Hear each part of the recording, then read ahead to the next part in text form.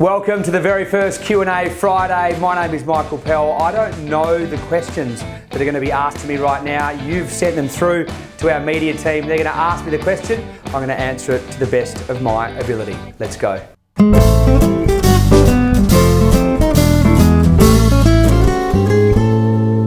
That's a great question. We get asked that quite a lot. Generally, we would say a more premium investment property is better. However, we'd have to look at the client's portfolio from a diversification point of view. In that instance, two $500,000 ones may be the answer, or $1 million. But generally, we would say buy more premium properties. You're attracting better tenants and they're going up quicker because they're in better locations. Great question. That's more of an accounting question. We have our in-house accountant to help with that. But my understanding is that I would be paying down my principal place of residence, my PPOR, because there are no tax deductions on that. Keep your investment properties leveraged, so money borrowing on those, pay down your owner-occupier. Once that's paid out, then we can start attacking the investment property debt.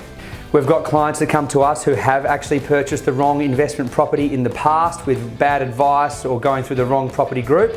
We then do our best to fix that. We can't rewind the clock and necessarily undo it straight away. We would then help you make a decision to sell it, to keep it, or to refinance. But if you've bought the wrong one and it is a dud, it might be best to cut your losses, sell it, move on, and get the right strategy and acquisition in place for you moving forward.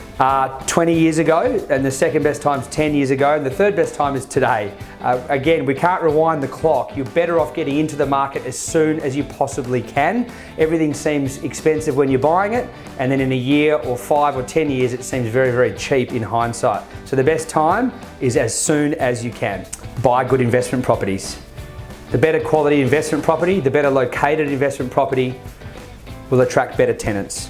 I'm not a financial planner, so I can't give financial advice. However, lots of our clients do buy through a self-managed super fund. That's effectively getting your superannuation, putting it into your own superannuation fund and purchasing properties through that. So that can be the right answer, subject to a full financial plan in place. Once the planner sends that back to us, we then go and find the best and most suitable property. I'm a fan of it, but again, I can't give financial advice right here. 2022, the building and construction industry is volatile. Home builder didn't help that. There was a boom. There was then supply and trade constraints through COVID. There's been a boom the last 2 years. A lot of builders are going under, and it has been and is a volatile time.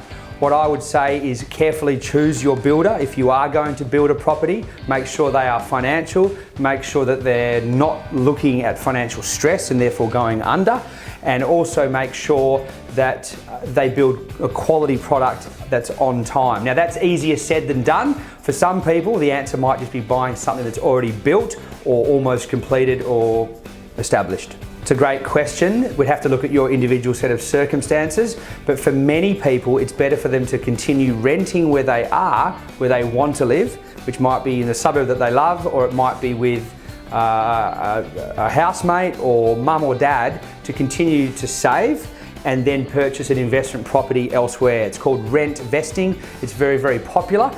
The old-fashioned way of buying a house to live in and paying it off over 40 years, what our mum and dad and what our grandparents did, is kind of dead now. Rent vesting is very popular, and for many, it's the right answer. Is it yours? We'd have to sit down with you and understand your specific set of circumstances. It was Eddie Betts for Carlton, but he's retired. I'd probably say Charlie Cameron from the Brisbane Lions is the best small forward in the AFL. Great question. We always want to make sure there's a buffer in place for unforeseen circumstances.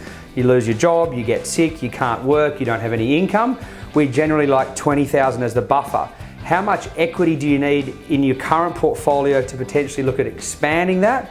I would generally say around 150,000 equity. So your property might be worth 600, you owe 450, you've got 150,000 equity that we can leverage off, subject to your serviceability and your incomes, because they're the two main things obviously that we need for a loan, is deposit or cash or equity, that's one thing, plus serviceability.